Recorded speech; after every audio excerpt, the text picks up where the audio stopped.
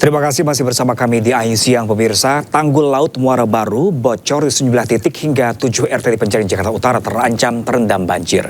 Suku Dinas Sumber Daya Air Jakarta Utara akhirnya melakukan perbaikan tanggul laut Muara Baru.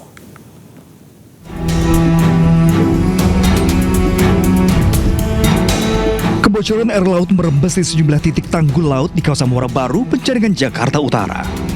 Bahkan kebocoran besar tanggul laut sempat direkam oleh warga dan viral di media sosial. Menurut warga, awalnya hanya air laut yang rembes. Namun setelah 3 tahun, lama-kelamaan terjadi kebocoran deras. Warga yang khawatir sudah melaporkan terkait kebocoran, namun tidak ada tanggapan. Jika tidak segera diperbaiki, dikhawatirkan sebanyak 7 ruko tetangga yang berada di pinggir tanggul akan terendam. Bocor ini sudah 3 tahun ke belakang itu udah bocor, udah sering bocor. Cuman kita kadang lapor ke RW ini bahwa ini ada bocor, RT nih. Cuman ya nggak ada tanggapan. Mungkin ini sudah viral, udah nyampe ke gubernur, akhirnya lah sampai ke SDA turun tangan. Saat ini lagi diperbaiki berarti? Iya, alhamdulillah sih diperbaiki. Setelah viral di media sosial, akhirnya Suku Dinas Sumber Daya Air Jakarta Utara lakukan penambalan. Suku Dinas Sumber Daya Air Jakarta Utara menyatakan, perawatan tanggul berusia 10 tahun ini merupakan kewenangan PT Pelindo karena berada di tanah PT Pelindo. Namun Sudin SDA Jakarta Utara tetap akan membantu untuk lakukan perbaikan. Nah, penanganan yang kita lakukan sebenarnya adalah penanganan saat ini, penanganan sementara. Kita lakukan penambalan pada segmen-segmen yang di belakang sipel ini yang kosong. Kita lakukan pengurutan dengan karung pasir. Selanjutnya untuk konstruksi beton yang keropos kita lakukan penambalan. Gitu. Untuk saat ini tadi pagi kami pantau pada saat tinggi muka air laut atau ROP itu pada posisi 265 cm PP. Ini masih cukup relatif aman, cuma memang tidak bisa bertahan lama. Rencananya, Suku Dinas Sumber Daya Air akan membangun tanggul baru di belakang tanggul yang sudah ada untuk memperkokoh tanggul. Kebocoran tanggul sepanjang 500 meter ini disebabkan korosi air laut, merembes ke celah di banyak titik hingga rawan jebol jika terus-menerus digerus oleh pasang air laut. Dari Jakarta, Tim Liputan iNews melaporkan. Puluhan pasangan mengikuti pernikahan massal gratis di Masjid Istiqlal, Jakarta. Kegiatan nikah massal gratis digelar untuk meringankan beban warga yang ingin membina rumah tangga secara sehat.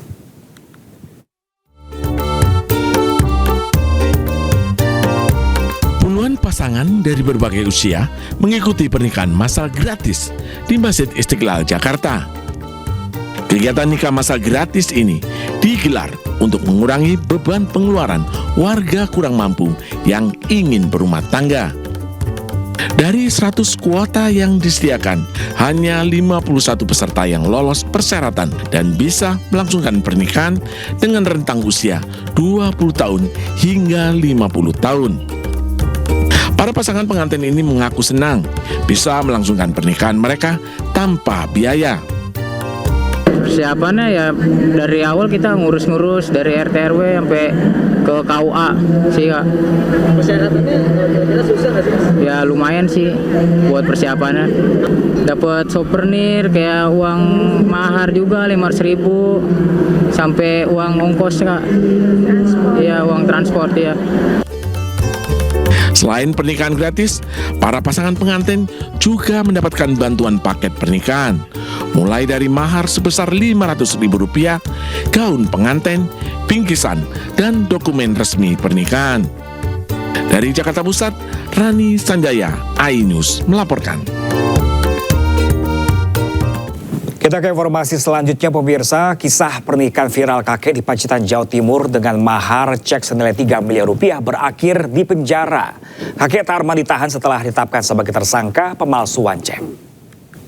Saudara Tarman, Iya. saya nikahkan Sela Arika dan cek senilai 3 miliar rupiah. Saudara bayar tunai.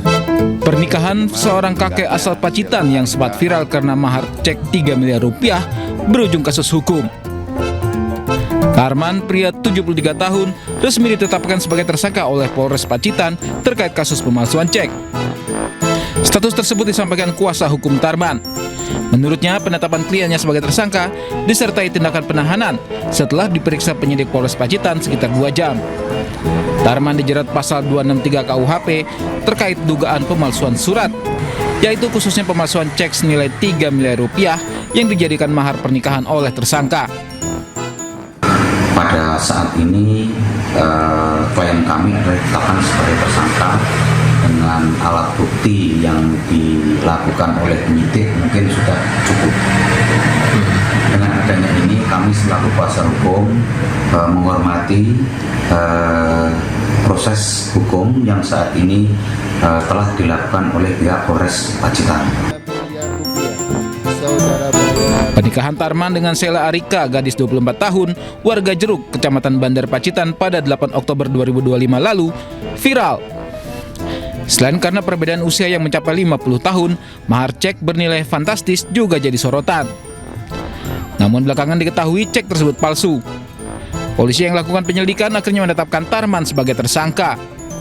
Di usia 2 bulan pernikahannya, kini Tarman harus mendekam di balik jeruji besi. Dari Pacitan, Jawa Timur, Ahmad Subaki, iNews melaporkan. Di tengah kehancuran akibat perang, jalur Gaza menjadi saksi puluhan warga yang bersukacita melangsungkan pernikahan massal.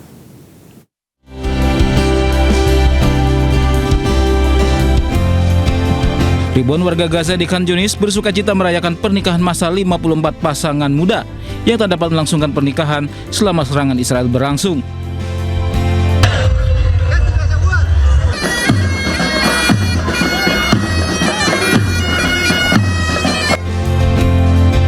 Warga berebut untuk bisa melihat dari dekat para calon pengantin yang tampil memikat mengenakan pakaian tradisional Palestina. Warga juga mengibarkan bendera Uni Emirat Arab dan bendera Palestina. Acara ini digelar dengan bantuan pembiayaan dari Uni Emirat Arab bertepatan dengan Hari Persatuan Uni Emirat Arab ke-54. Salah satu pengantin pria ungkapkan kebahagiaannya bisa menikah di tengah situasi Gaza yang tidak pasti. والله العظيم انا عمري انا فكرت اتجوز انا الشيء هذا يعني عملوا لي اياه وخلص نص بعد الحرب يعني الحمد لله رب العالمين الله اكرمنا بالعرس الجماعي الحمد لله رب العالمين ونشكر اخواننا فرس الشهم والشيء هذا وتعبوا ليل نهار معنا. Pernikahan ini jadi simbol harapan warga Gaza untuk memulai hidup baru di tengah perang yang terus berkecamuk. Pernikahan massal juga bagian dari kunci budaya Palestina yang jarang terjadi di Gaza selama perang.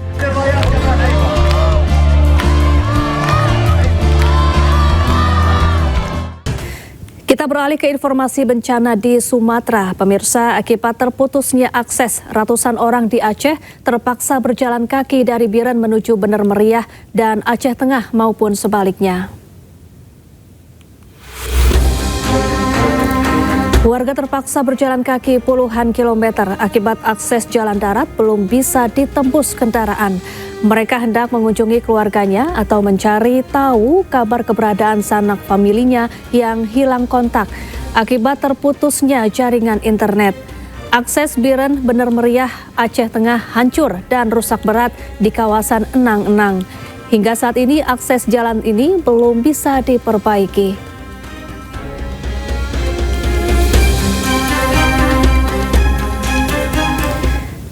Ya, pasca banjir bandang yang melanda Aceh Tamiang, sejumlah pengungsi kini menghadapi masalah baru. Sulitnya air bersih membuat warga harus berjalan kaki hingga beberapa kilometer untuk bisa mendapatkan bantuan air.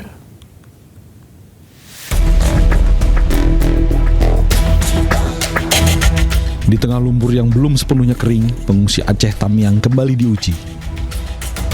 Air bersih yang menjadi kebutuhan paling dasar masih sangat sulit didapatkan. Setiap hari, warga dari berbagai posko pengungsian terpaksa berjalan kaki sejauh 3 hingga 5 km menyusuri jalan licin dan rusak untuk mendapatkan bantuan air minum. Keterbatasan logistik membuat pasokan air di posko cepat habis, sementara bantuan air bersih masih jauh dari cukup. Pemerintah daerah dan aparat TNI Polri terus berupaya mendistribusikan air, namun medan yang berat dan banyaknya titik pengungsian menjadi tantangan besar. Kondisi ini memaksa pengungsi bertahan dengan segala cara, termasuk antri berjam-jam dan memikul air mineral yang mereka dapatkan. Selain masalah air minum, warga terutama anak-anak juga terserang diare akibat kondisi yang tidak higienis. Dari Kabupaten Aceh Tamiang, Aceh, Muhammad Alfi, iNews melaporkan. Gubernur Aceh Muzakir Manaf akhirnya berhasil menerobos Kabupaten Aceh Tamiang lewat jalur darat untuk menyalurkan 30 ton bantuan sembako beserta obat-obatan.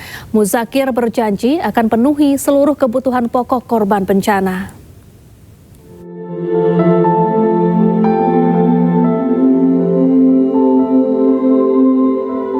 Kabupaten Aceh Tamiang menjadi salah satu wilayah yang mengalami dampak paling parah setelah dihantam banjir bandang dan longsor.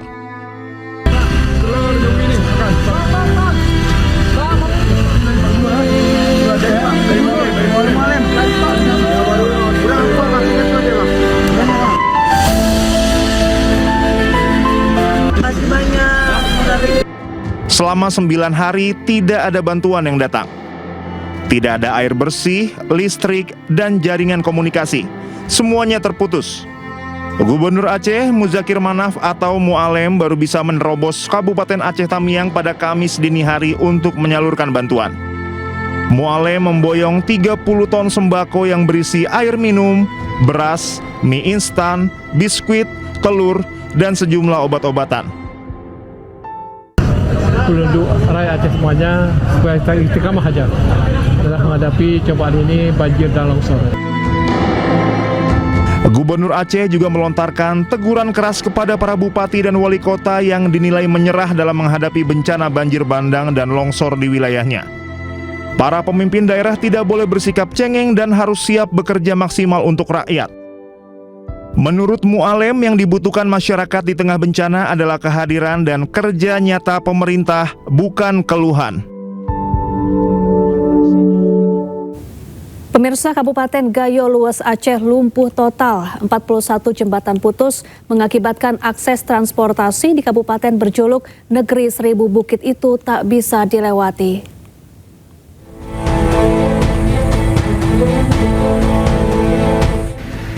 Lumpuhnya akses transportasi bukan saja terjadi pada penghubung antar kecamatan, melainkan antar kabupaten. Akses jalan lintas nasional yang menghubungkan Kabupaten Gayo Lues dan Kabupaten Aceh Tenggara lumpuh, usai jumlah titik badan jalan putus. Jalan aspal terputus dengan panjang mencapai 175 meter dan kedalaman longsoran tanah lebih dari 100 meter. Alat berat di lokasi melakukan perbaikan, namun proses penanganan membutuhkan waktu cukup lama. Warga hanya dapat menggunakan jalur alternatif dengan kendaraan roda 2 yang melintasi kawasan pegunungan.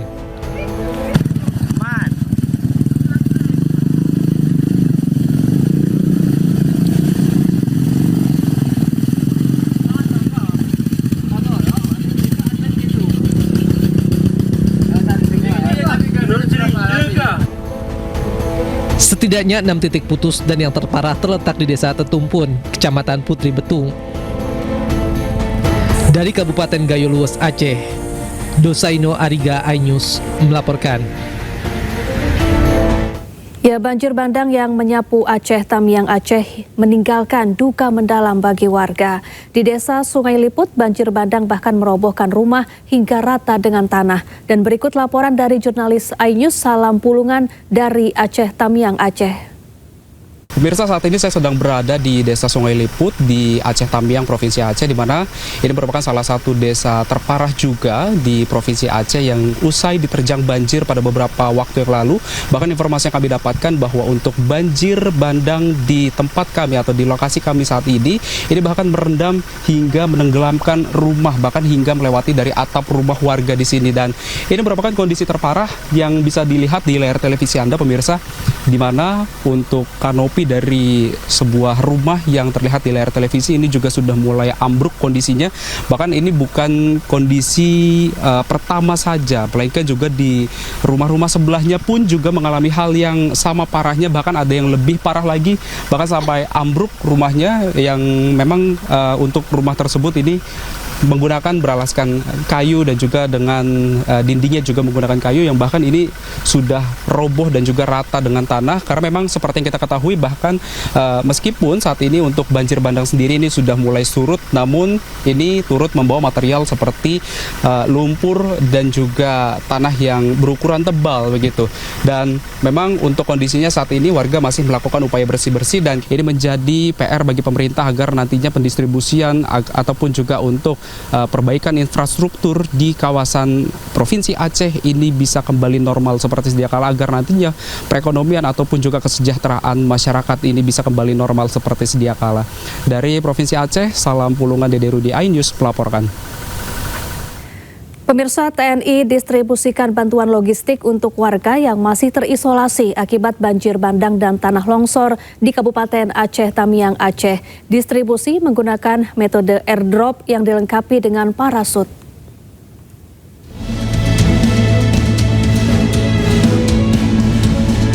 Pesawat angkut C-130J Super Hercules TNI Angkatan Udara nomor registrasi A1340 yang dipiloti Letkol Penerbang Galuh dari Skadron Udara 31 Lanut Halim Perdana Kusuma melaksanakan misi kemanusiaan berupa penerjunan 20 bundel bantuan di wilayah Kabupaten Aceh Tamiang. Penerjunan dilakukan di drop zone lapangan Bima, Kecamatan Kuala Simpang. Pendistribusian menggunakan metode airdrop yang dilengkapi dengan parasut. Pesawat memasuki area penerjunan pada ketinggian rendah untuk memastikan 20 bundel jatuh tepat di titik sasaran.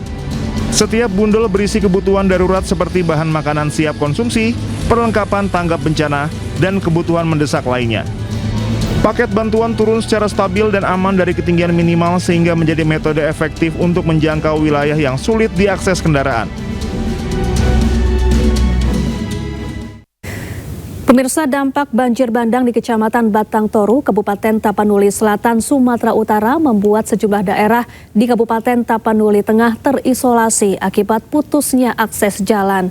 Korban banjir bandang di Tapanuli Tengah terpaksa berjalan kaki sejauh 20 km untuk mendapatkan bantuan logistik dari Tapanuli Selatan.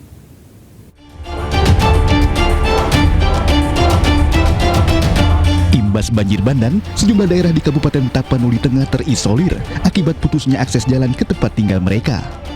Warga Tapanuli Tengah harus berjalan kaki sejauh 20 km sembari memikul bantuan bahan pangan untuk kebutuhan mereka. Banjir bandang yang membawa material gelondongan kayu memutus akses jalan dan memporak-porandakan 3 desa di Kecamatan Batang Toru, Kabupaten Tapanuli Selatan, Sumatera Utara. Bencana tersebut juga membuat sejumlah daerah di Kabupaten Tapanuli Tengah terisolir. Ini dari mana tadi bang mikulnya bang? Di sana. Dari Tapsel bang? Iya? Iya. Oh, kenapa bang di tempat kita bang? Nah? Nggak ada bantuan?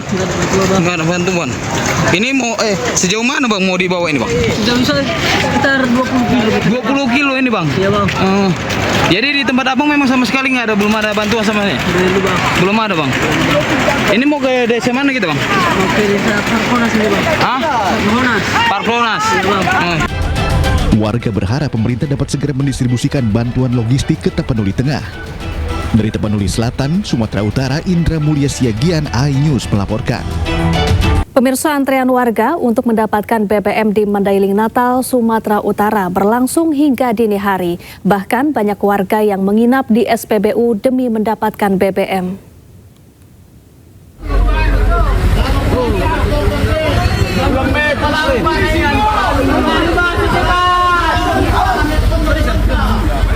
Warga Mandailing Natal, Sumatera Utara terus berjuang demi mendapatkan bahan bakar minyak yang langka pasca bencana banjir.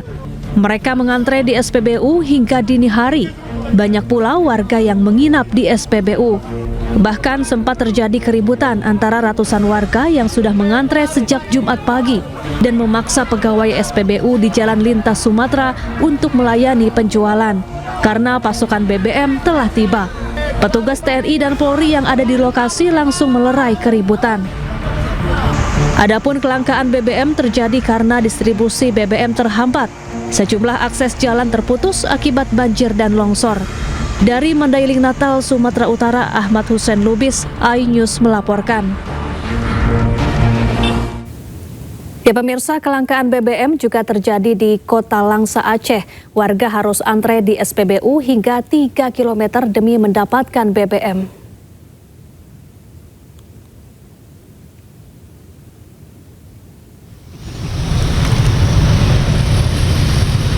Pasca banjir bandang yang menerjang Aceh, warga mengantre panjang di SPBU Kota Langsa.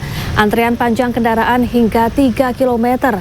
Tak sedikit warga yang rela menginap sejak semalam di depan SPBU untuk mendapatkan bensin. Warga menyebut pembelian bensin dilakukan untuk mencari bahan pokok demi mencukupi kebutuhan sehari-hari. Pasalnya, pasokan bantuan di pengungsian masih kekurangan. Warga juga rela membeli BBM dengan harga tinggi, yakni Rp100.000 per liter. Warga berharap pemerintah dapat menambah pasokan bensin dan segera memulihkan infrastruktur jalan agar kebutuhan logistik dan bensin dapat normal seperti sedia kala.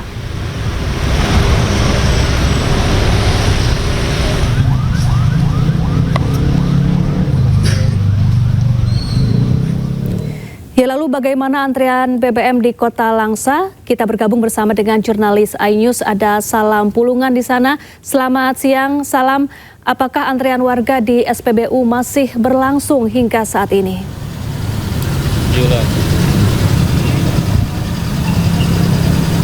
Ya, Safa dan juga pemirsa, hingga saat ini antrian panjang kendaraan di SPBU di Kota Langsa ini masih terjadi. Bisa terlihat di layar televisi Anda saat ini antrian panjang kendaraan ini masih terjadi. Karena memang seperti informasi yang kami dapatkan bahwa hingga saat ini pun untuk antrian panjang kendaraan ini bahkan sudah mengular hingga sepanjang 3 km. Yang bahkan untuk SPBU-nya sendiri baru buka pada pagi hari tadi pada pukul 7 pagi. Namun tidak sedikit warga yang sudah menginap sejak semalam untuk bisa mendapatkan bensin.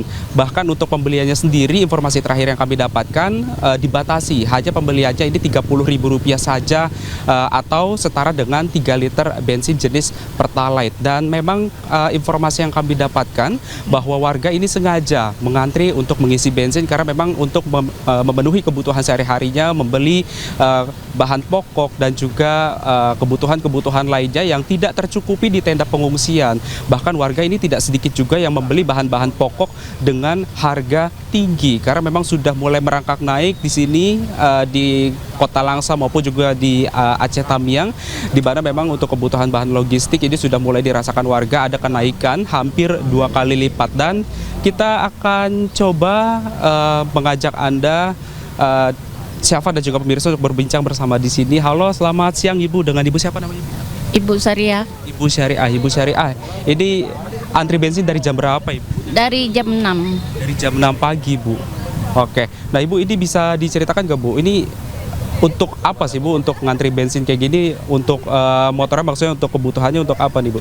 Sebenarnya saya nggak mau ngantri karena saya pikir 2 hari lagi mau sekolah, mau ujian anak-anak, otomatis kita harus ada bensin untuk ikut ujian anak-anak. Saya nggak pernah ngantri memang.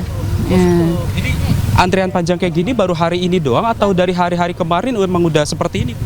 Kalau saya baru hari ini, kalau yang lain mungkin udah berapa hari. Iya. Bu, ini bener gak sih, Bu, informasinya ada warga yang bahkan menginap di SPBU, Bu, untuk antri bensin? Nampaknya iya, karena jam 2 kita datang kemari udah rame. Jam 2 pagi? Jam 2 malam. Udah rame di sini? Udah rame. Udah rame. Untuk pembelian bensinnya ini apakah masih dibatasi, Bu? 30.000 apa seperti apa, Bu, sekarang? Nampaknya dibatasi 30.000. Kalau kereta saya mungkin 30.000, yang lain mungkin 40.000 sampai full ya. Oke. Nah, Bu, ini kenapa, Bu? Kenapa nggak beli bensin eceran, Bu? Alasannya kenapa? Karena payah, Pak. Kalau ada saya beli demi untuk sekolah, biar bisa saya ngajar, saya beli. Tapi karena memang payah ya, memang semua rata-rata nggak ada. Kalau Ibu sendiri ini udah coba semenjak banjir ini apakah sudah beli kebutuhan logistik seperti pangan-pangan kayak telur, beras dan lain-lainnya segitu atau belum, Bu? Saya kebetulan kalau bagian telur karena kan saya ada ternak sendiri di rumah, ada tapi memang stok kebetulan ada di rumah ya. Seperti Indomie saya beli, saya bagi tetangga yang membutuhkan gitu. Ada tetangga kami anak yatim, alhamdulillah karena dekat dengan kami bisalah kita kasih makan dia pagi, siang kan. Kadang kebetulan mamanya pun nggak ada di rumah, ya saya beli, saya kasih gitu. Saya masak khusus untuk tetangga situ. Ada juga membagi, walaupun sedikit, yang penting enak kita makan. Jangan kita makan enak tapi tetangga kelaparan gitu kan. Tapi alhamdulillah kemarin tuh karena ada dapat bantuan ada 200.000, mungkin tetangga tuh pun senang ya, bisa beli beras, bisa beli telur. Satu orang dikasih 200.000 dari Bapak Wali Kota gitu. Bantuan saat ini sudah mulai merata atau masih belum tercukupi? Kalau saya tahu mungkin kami baru dapat kemarin mengenai duit ya. Kalau mengenai lain di desa ya, ada di masak juga. Misalnya masak nasi, ada masak Indomie ya. Apa ya Dayan lah yang dapat bantuan dari pemerintah, dimasak di kampung, makan sama-sama gitu, membagi rata. Masih kita harus tetap berbagi ke sesama juga ya Bu ya. Bu, ini kan antrian udah panjang nih Bu, udah 3 kilo Bu. Kita sambil maju sebentar ya Bu ya, untuk antrian kendaraannya memang. Nah Bu, ini kan antrian sudah panjang Bu, sampai 3 km Bu. Apa Bu yang mau disampaikan ke pemerintah Bu? Saya sampaikan ke pemerintah semoga cepatlah dibuat mengenai minyak ini, dibuat yang seperti biasa supaya masyarakat di sini nggak susah payah untuk mencari makan gitu. Kalau kita nggak ada minyak kereta kemanapun kita pergi nggak bisa Pak. Seperti orang susah membantu rumah orang, nyuci Pak orang. Kalau nggak ada minyak kereta nggak bisa. Kami mohon ke depannya, bukan ke depannya, mulai sekarang tolonglah diperhatikan masyarakat yang susah ini gitu Pak. Terima kasih Ibu informasinya Ibu, kita lanjut lagi ya Bu. Selamat, kita turut berduka juga ya Bu ya terkait dengan kejadian ini ya Bu ya. Itu dia pemirsa, Syafa dan juga pemirsa bincang kami bersama dengan salah satu warga yang bahkan sudah rela antri sejak pagi hari tadi, yang bahkan kami pun pada malam hari tadi juga sempat melihat bahwa antrian kendaraan ini memang sudah terjadi sejak berhari-hari yang lalu, yang bahkan informasinya hingga saat ini pun antrian kendaraan ini masih terus terjadi karena memang untuk kendaraan sendiri digunakan oleh warga untuk memenuhi kebutuhan sehari-harinya ataupun juga untuk beraktivitas. Seperti tadi Ibu tadi juga sempat menyebutkan bahwa kendaraan bermotornya ini sengaja memang untuk mengantri untuk isi bensin untuk mengantar anaknya ke sekolah, yang memang untuk pembelajaran sendiri ini sudah akan dimulai pada hari Senin mendatang, yang tentunya kita sama-sama mengharapkan pemerintah ataupun juga dengan pihak-pihak terkait ini bisa menstabilkan kembali harga-harga bahan pokok ataupun juga kebutuhan lainnya yang memang masih dirasakan oleh warga, kelangkaannya mulai dari bensin, lalu juga pasokan logistik dan juga kebutuhan lainnya yang masih terus dibutuhkan oleh warga Aceh di Kota Langsa ini. Syafa. Baik, terima kasih. Salam Pulungan langsung dari Kota Langsa Aceh dan selamat bertugas kembali. Kita ke informasi selanjutnya, pemirsa. Pergi umroh di tengah bencana, Bupati Aceh Selatan Mirwan MS dicopot dari jabatan Ketua DPC Gerindra. Padahal sang Bupati telah menulis surat ketidaksanggupan tangani bencana dan Gubernur Aceh pun menolak permohonan Marwan untuk pergi umroh.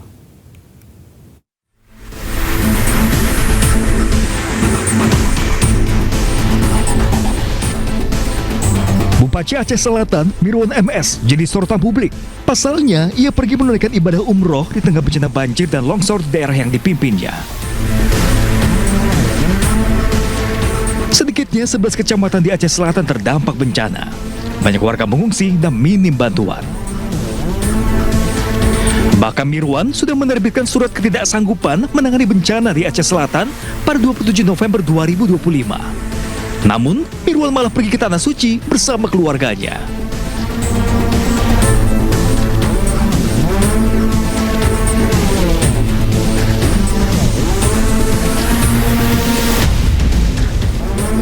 Usai berita ini viral, Mirwan mengaku berangkat ke Tanah Suci usai kondisi Aceh Selatan membaik. Mirwan disebut telah meninjau sejumlah lokasi terdampak dan menyalurkan bantuan kepada warga. mungkin antara ibu dan bapak, mungkin anak yang mau jajan apa, saya ada menitipkan sedikit rezeki saya dari gaji saya. Saya selaku Bupati Aceh Selatan bersama Forkopimda, ada Bapak Kapolres, Pak Dandim 0107, juga dari Pak Kompi Brimob yang luar biasa telah bekerja keras untuk membantu masyarakat. Saat dihubungi tim redaksi iNews, Pirwana menyebutkan akan pulang ke Indonesia besok setelah mendapatkan info air kiriman dari Aceh Tenggara naik. Sementara itu, Gubernur Aceh Muzakir Manaf ternyata menolak permohonan Mirwan untuk berangkat umroh. Atas tindakannya, Mirwan pun dicopot dari jabatan Ketua DPC Partai Gerindra Kabupaten Aceh Selatan. Tim Liputan iNews melaporkan. Gubernur Aceh Muzakir Manaf meminta seluruh bupati dan wali kota bekerja keras atasi banjir dan tak boleh ada alasan apapun lantaran kerusakan masih parah dan warga sangat membutuhkan bantuan. Kita lihat beberapa kabupaten yang urgent sekali, yang parah sekali. Ini banyak korban.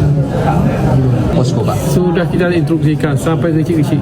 Dan saya sampaikan kepada juga Bupati Wali Kota supaya kerja keras, ya, sampai ke kecil-kecil semua, camat-camat semuanya. Tidak ada alasan apapun, kecuali mati. Pemirsa, hari ke-8 pasca banjir, warga Aceh Tamiang Aceh mengaku masih sangat membutuhkan bantuan. Sementara itu rumah-rumah hancur dan akses jalan terputus. Banjir besar memporak-porandakan Aceh Tamiang, Provinsi Aceh. Jalur transportasi rusak dan sulit dilalui. Kondisi ini membuat distribusi bantuan terhambat. Warga mengaku sangat membutuhkan bantuan makanan, tenda, pakaian, dan obat-obatan. Sementara itu banyak rumah warga hancur. Mereka pun berharap bantuan perbaikan rumah jika banjir telah benar-benar surut.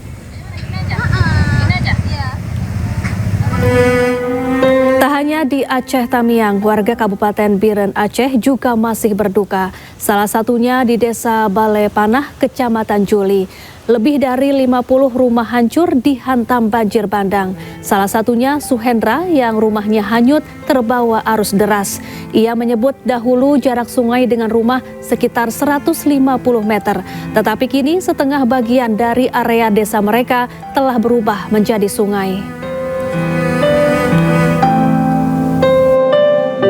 Logistik dan tenda untuk mendirikan ketika rumahnya hancur, orang mendirikan tenda.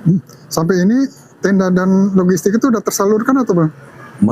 Menurut informasi dari yang kami masuk ke dalam itu belum ada. Dan pengungsian yang dari ruko-ruko itu udah mereka kembali ke kampung sekalian dengan rumahnya karena hancurnya 80%, rumah hancur.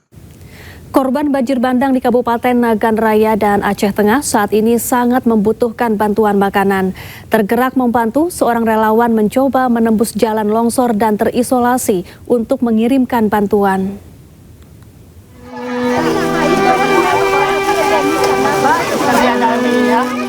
Beginilah kondisi warga Blangkumur, Kecamatan Celala, Kabupaten Aceh Tengah saat mendapatkan bantuan bahan makanan yang dibawa oleh Rahmat Maulizar, seorang relawan asal Aceh Barat.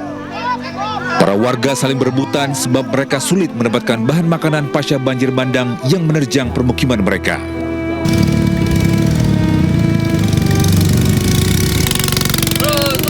Sebelum sampai ke Celala, Kabupaten Aceh Tengah, Rahmat Maulizar menggontong bantuan ke daerah Butong Atuh, Kabupaten Nagan Raya Aceh, yang selama ini terisolasi akibat jembatan putus.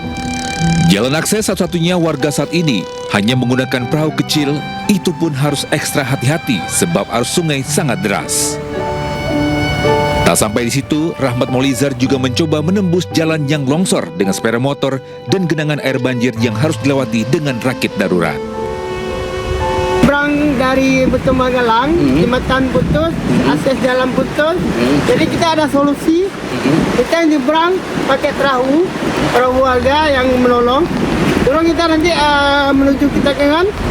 Kalau ada kereta warga, kita pakai kereta warga untuk kita gantarkan mie dan pok mie untuk para korban banjir. Di tengah perjalanan banyak ditemukan warga yang berjalan kaki mencari logistik bahan makanan dan pengobatan. Kecamatan Butong atau Nagan Raya Aceh ini merupakan perbatasan dengan Aceh Tengah dan terparah dampak banjir bandang.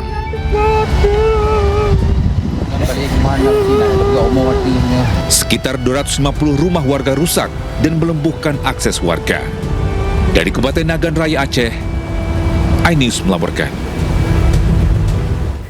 Ya, gelombang solidaritas bantuan untuk korban banjir dan longsor di Sumatera terus berdatangan. Salah satunya datang dari kreator konten Ferry Irwandi yang berhasil mengumpulkan donasi lebih dari 10 miliar rupiah.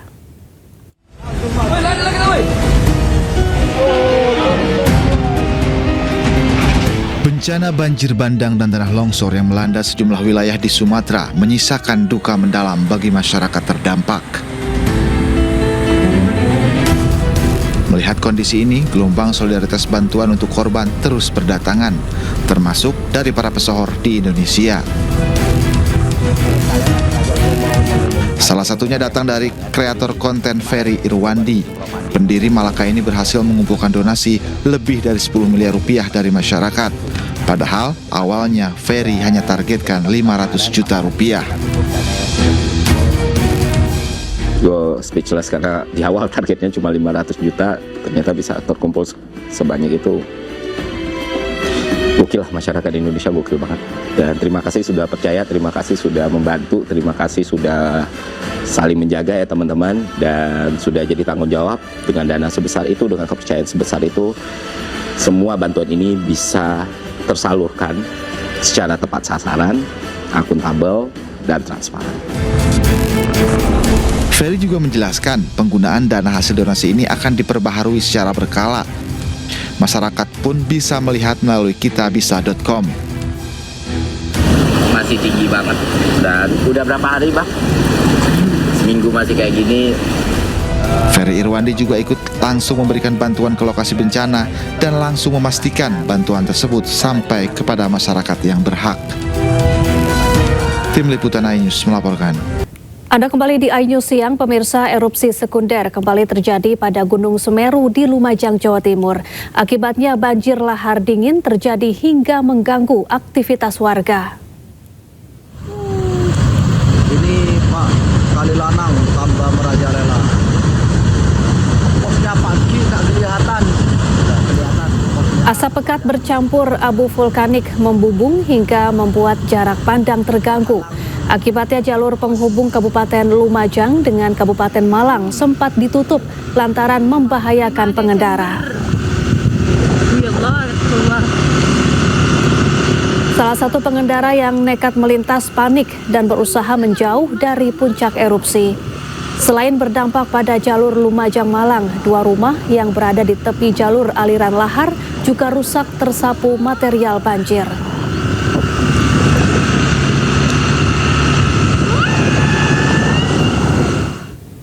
Warga dusun Sumber Langsep, Lumajang panik saat lava panas akibat erupsi Gunung Semeru memasuki permukiman mereka.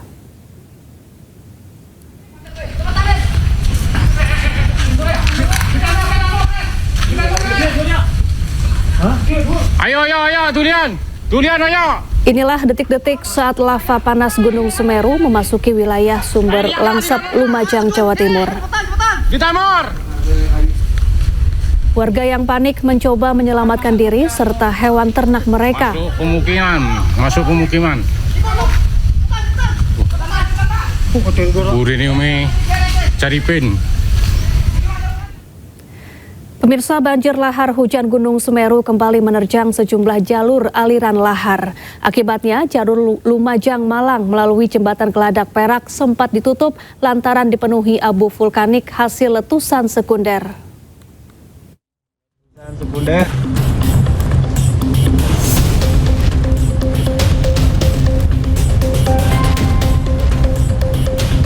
Asap pekat bercampur abu vulkanik membumbung tinggi hingga membuat jarak pandang di sekitar jembatan Besuk Koboan atau Geladak Perak yang berada di Desa Sumberwuluh, Kecamatan Candipuro, Lumajang terganggu akibat letusan sekunder Gunung Semeru Jumat siang. Akibatnya jalur penghubung Kabupaten Lumajang dengan Kabupaten Malang sempat ditutup lantaran membahayakan pengendara. Kandani wong!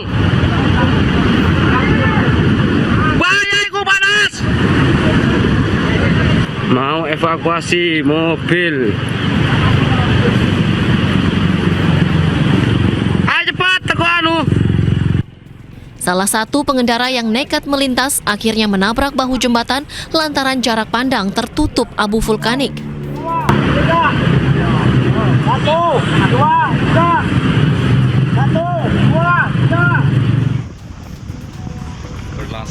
Banjir lahar hujan terjadi usai wilayah puncak Gunung Semeru diguyur hujan deras. Data pos pengamatan Gunung Api Semeru merekam getaran banjir mencapai amplitudo maksimal 35 mm. Selain berdampak pada jalur Lumajang Malang, akibat banjir lahar ini, 2 rumah yang berada di tepi jalur aliran lahar rusak tersapu material banjir. Terjadi hujan deras di puncak Semeru. Akibat luncuran hujan itu menimbulkan letusan sekunder. Amplitudo maksimal yang terpantau terakhir sampai 35, jadi amak 35 begitu ya. Amak 35 ini sudah tergolong besar, sehingga letupan-letupan sekundernya juga besar, dan itu sudah melewati jembatan Besuk Koboan. Ayo keroyok, ayo. Kalau air sudah mengecil. Tidak ada korban jiwa maupun luka dalam peristiwa ini. BPBD Kabupaten Lumajang masih melakukan asesmen terkait dampak kerusakan akibat terjangan banjir lahar hujan Gunung Semeru. Dari Lumajang, Jawa Timur, Yayan Nugroho, iNews melaporkan. Pemirsa, hujan deras mengguyur Sukabumi, Jawa Barat menyebabkan belasan rumah terendam banjir. Tak hanya rumah, banjir juga mengakibatkan sepeda motor dan gerobak pedagang terbawa hanyut.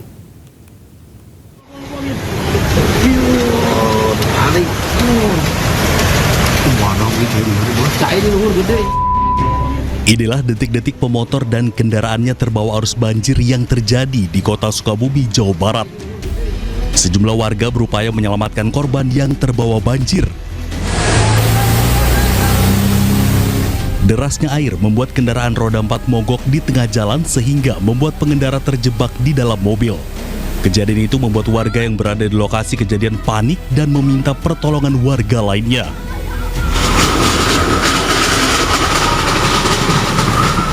Tak hanya itu, banjir juga membuat gerobak milik pedagang ikut terbawa hanyut derasnya arus banjir. Selain itu, hujan deras membuat belasan rumah yang berada di Kelurahan Selabatu terendam banjir setinggi setengah meter. Nggak ketahan, air di belakang bisa langsung masuk. Terus dari depan juga masuk air.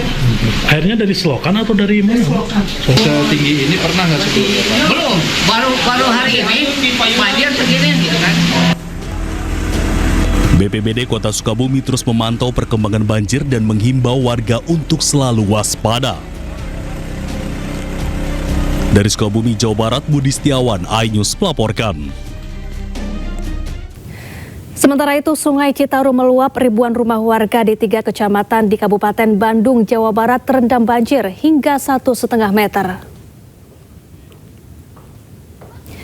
Banjir luapan Sungai Citarum merendam ribuan rumah warga di 3 kecamatan di Kabupaten Bandung, tepatnya di Kecamatan Dayeuh Kolot, Bale Endah, dan Bojong Soang. Di Kampung Lewi, Bandung, Desa Citerep, Kecamatan Dayeuh Kolot, ketinggian air mencapai hingga 1,5 meter Kamis malam. Banjir juga merendam jalan perkampungan hingga aktivitas warga terganggu. Pemkab telah membangun kolam penampungan air namun belum bisa menjadi solusi banjir luapan Sungai Citarum. Tak hanya banjir, longsor juga menerjang Kabupaten Bandung Barat, Jawa Barat hingga membuat akses penghubung 2 desa di Kecamatan Cililin terputus. Akibatnya ratusan warga desa terisolasi, tak bisa mengakses layanan pendidikan, kesehatan, hingga memutus akses ekonomi. Masyarakat diimbau agar waspada terhadap ancaman bencana hidrometeorologi di masa pancaroba. Dari kajian BPBD, wilayah Bandung Barat termasuk rawan bencana longsor, banjir, dan angin kencang.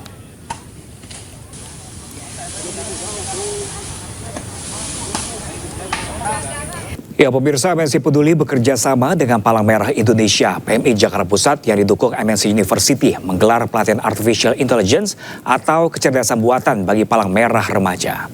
Penggunaan teknologi berbasis kecerdasan buatan sangat penting dikuasai oleh generasi muda agar mereka mampu beradaptasi dengan perkembangan zaman. Ratusan anak muda dari Palang Merah Remaja se-Jakarta Pusat sangat antusias mengikuti pelatihan Artificial Intelligence atau kecerdasan buatan yang digelar di kantor Wali Kota Jakarta Pusat. Pelatihan AI ini diselenggarakan oleh MNC Peduli bekerjasama dengan PMI Jakarta Pusat yang didukung MNC University. Pelatihan AI ini merupakan sebuah program bertajuk Bikin Kita Jadi Cerdas yang dirancang untuk meningkatkan kemampuan adaptasi digital, memperkuat komunikasi publik, serta mengoptimalkan peran relawan dalam kegiatan kepalang merahan di era teknologi. Kegiatan ini sangat bagus sekali untuk menumbuhkan minat anak-anak terhadap teknologi, khususnya kecerdasan buatan. Diharapkan dari kecerdasan buatan ini anak-anak bisa menemukan passion maupun hobi yang nantinya akan mendukung dia untuk menjadi misalnya seorang pelaku ekonomi kreatif di masa depan. Aku bisa menggunakan AI lebih baik dan mungkin dengan acara hari ini PMI bisa menggunakan AI untuk alat bantu sesama manusia. Pelatihan AI di era teknologi juga sangat penting untuk generasi muda agar mereka menguasai literasi digital sehingga mampu melawan berbagai berita hoax di dunia digital. Jadi MNC University hadir di kali kedua kali ini untuk memberikan materi kepada teman-teman PMI mengenai AI. Dimana ini lanjut dari materi pertama. Harapan kami dengan mengajarkan AI ini kepada PMI ini sebagai garda terdepan dalam membantu dan menolong bisa membedakan mana berita yang asli dan mana berita yang palsu. Harapan saya sih semoga setelah ada acara atau workshop ini tidak ada yang menggunakan AI dengan disalahgunakan gitu. Jadi kita harus menggunakannya dengan baik dan tidak menggunakan AI dengan buruk. Pelatihan AI yang digelar MNC Peduli dan MNC University ini diharapkan dapat menumbuhkan minat generasi muda terhadap teknologi, terutama bisa memaksimalkan kecerdasan buatan untuk hal-hal positif. Dari Jakarta, Muharlin iNews melaporkan. Kita ke informasi selanjutnya, pemirsa. Kegiatan bakti sosial operasi katarak gratis untuk para lansia digelar di Kabupaten Sumba Barat Daya, Nusa Tenggara Timur. Tak hanya itu, pembangunan daerah juga terus bergerak diiringi dengan percepatan pertumbuhan. Berikut kita simak perbincangan selengkapnya bersama Bupati Sumba Barat Daya, Ratu Ngadu Bonuwula berikut ini.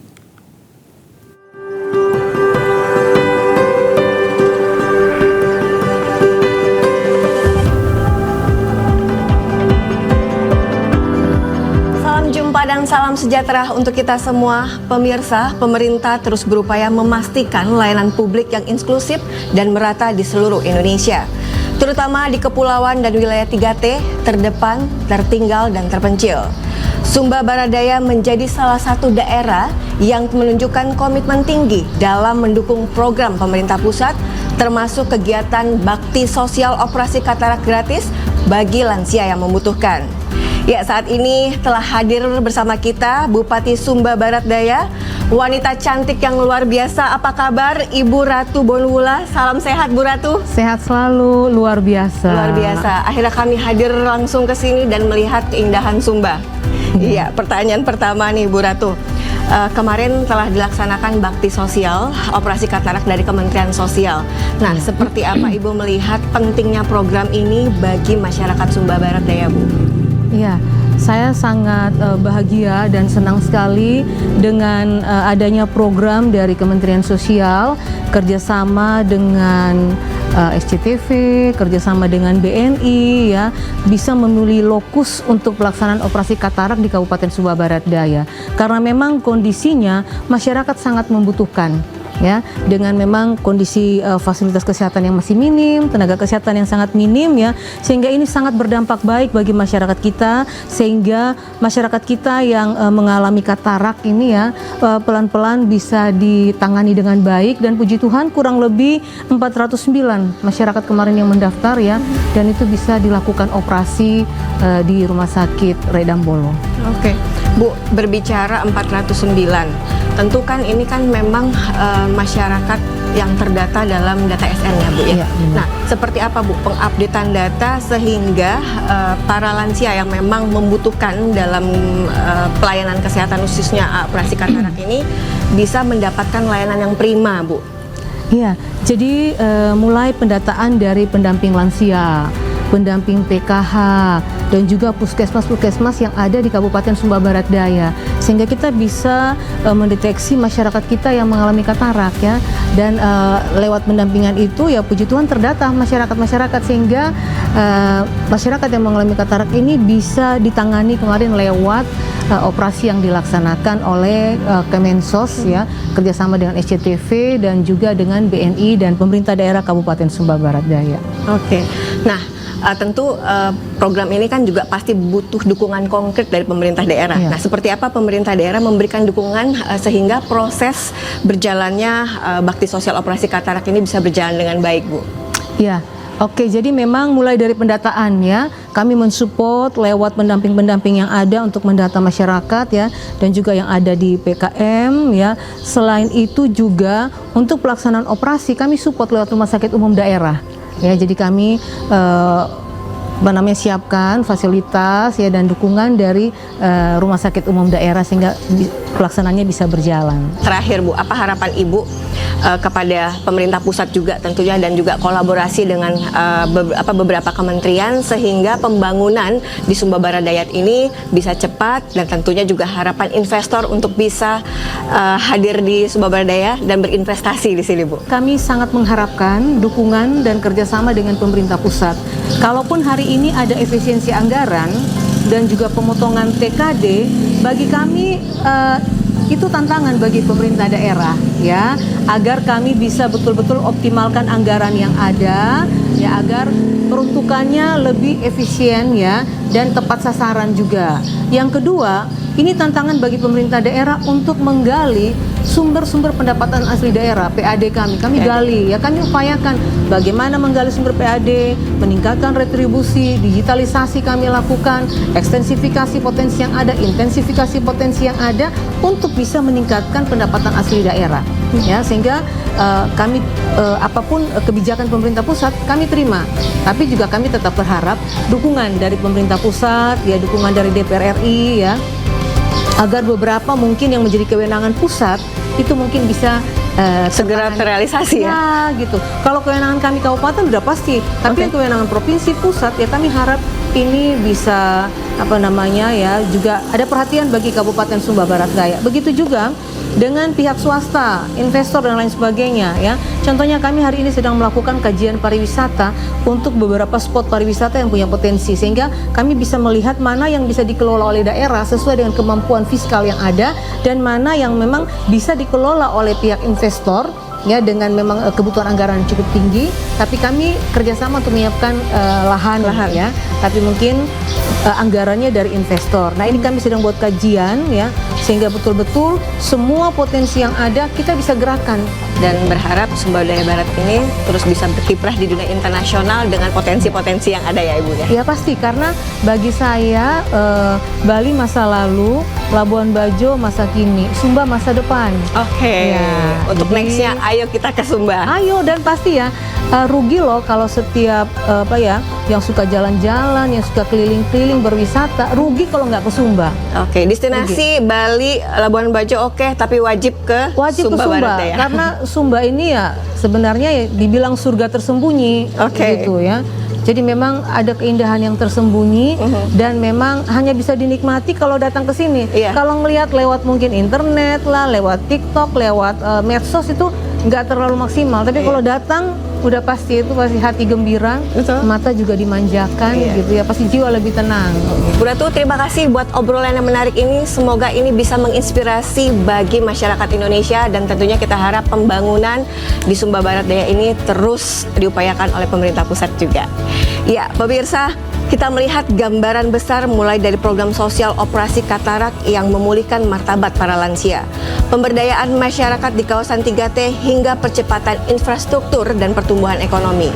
Semuanya bergerak dalam satu tujuan, mewujudkan masyarakat Sumba Barat Daya yang lebih sejahtera dan berdaya saing. Saya Febrida pamit undur, sampai jumpa di bincang-bincang berikutnya. Presiden Prabowo Subianto melepas kontingen Indonesia yang akan berlaga di SEA Games 2025 Thailand. Diperkuat 1.021 atlet dan ofisial, Merah Putih membidik 80 keping emas dan menembus 3 besar.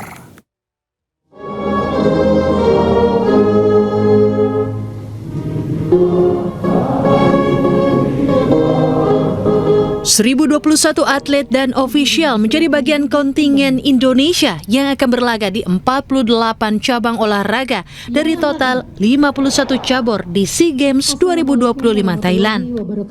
Indonesia menjadi kontingen terbesar keempat setelah tuan rumah Thailand, Filipina, dan Malaysia. Menpora Erick Thohir menegaskan skuad Merah Putih siap tempur dengan target 80 medali emas dan menembus 3 besar. 21 cabur diproyeksikan menjadi lumbung medali sekaligus menuju Olimpiade 2028. Sementara Presiden Prabowo Subianto meminta para atlet berjuang sepenuh hati menjaga disiplin dan kepercayaan diri. Presiden menjanjikan kenaikan bonus bagi peraih emas dari 500 juta menjadi 1 miliar rupiah. Menpora bagaimana yang dapat medali emas akan kita kasih insentif anggaran 500 ya, bisa dinaikkan jadi 1 miliar gitu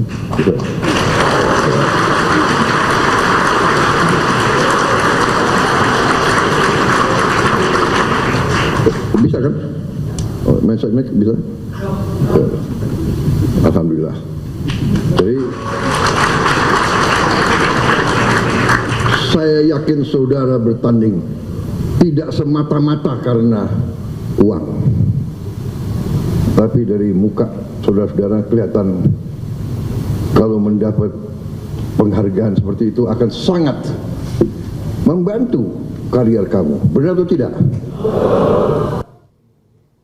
Acara di Istana diakhiri dengan pelepasan kontingen Indonesia ke SEA Games 2025 dengan harapan seluruh atlet mampu mengharumkan nama bangsa dan negara. Dari Jakarta, Camar Hainda dan Damar Wicaksono, iNews melaporkan. Tim bulu tangkis Indonesia berangkat ke SEA Games 2025 Thailand kemarin, di mana Alwi Farhan dan kolega berada dalam kondisi fit dan siap memenuhi target emas.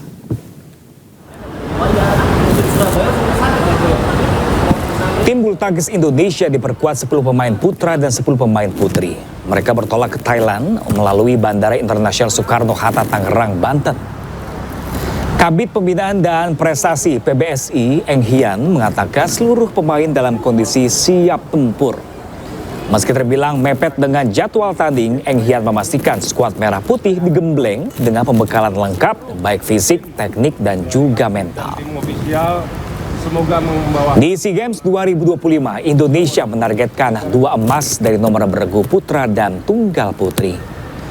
Cabang bulu tangkis digelar mulai 6 Desember untuk beregu, serta mulai 11 Desember untuk perseorangan.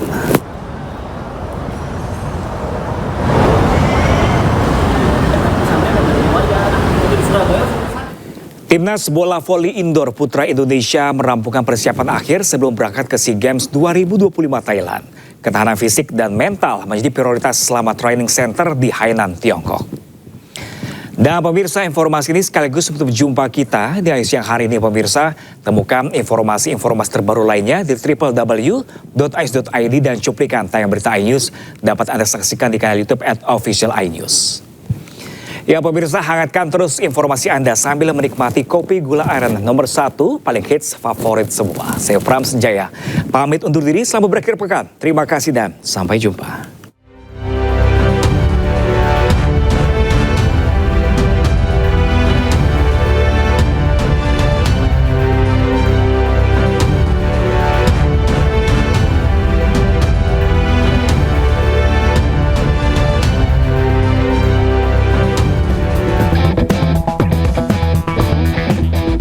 Timnas bola voli indoor putra Indonesia merampungkan persiapan akhir sebelum berangkat ke SEA Games 2025 Thailand. Termasuk pemulihan kebugaran tubuh selama mengikuti training center di Hainan, Tiongkok. Riva Nurmulki dan kolega melahap program latihan intensif guna meningkatkan kemampuan fisik dan daya tahan mereka. Sebab skuad Merah Putih bakal berlaga di SEA Games 2025 dengan misi mempertahankan tradisi emas. Dalam kesempatan makan bersama, pelatih Chef Chang Ji memaparkan salah satu kunci keberhasilan tim adalah daya tahan fisik.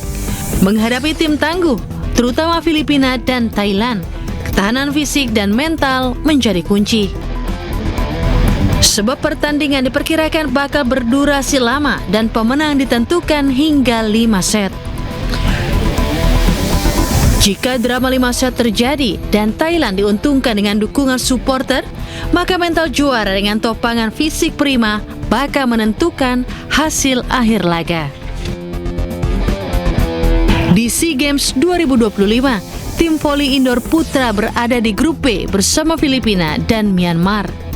Laga perdana, Indonesia jumpa Myanmar pada 15 Desember. Sementara laga kedua kontra Filipina digelar 16 Desember mendatang.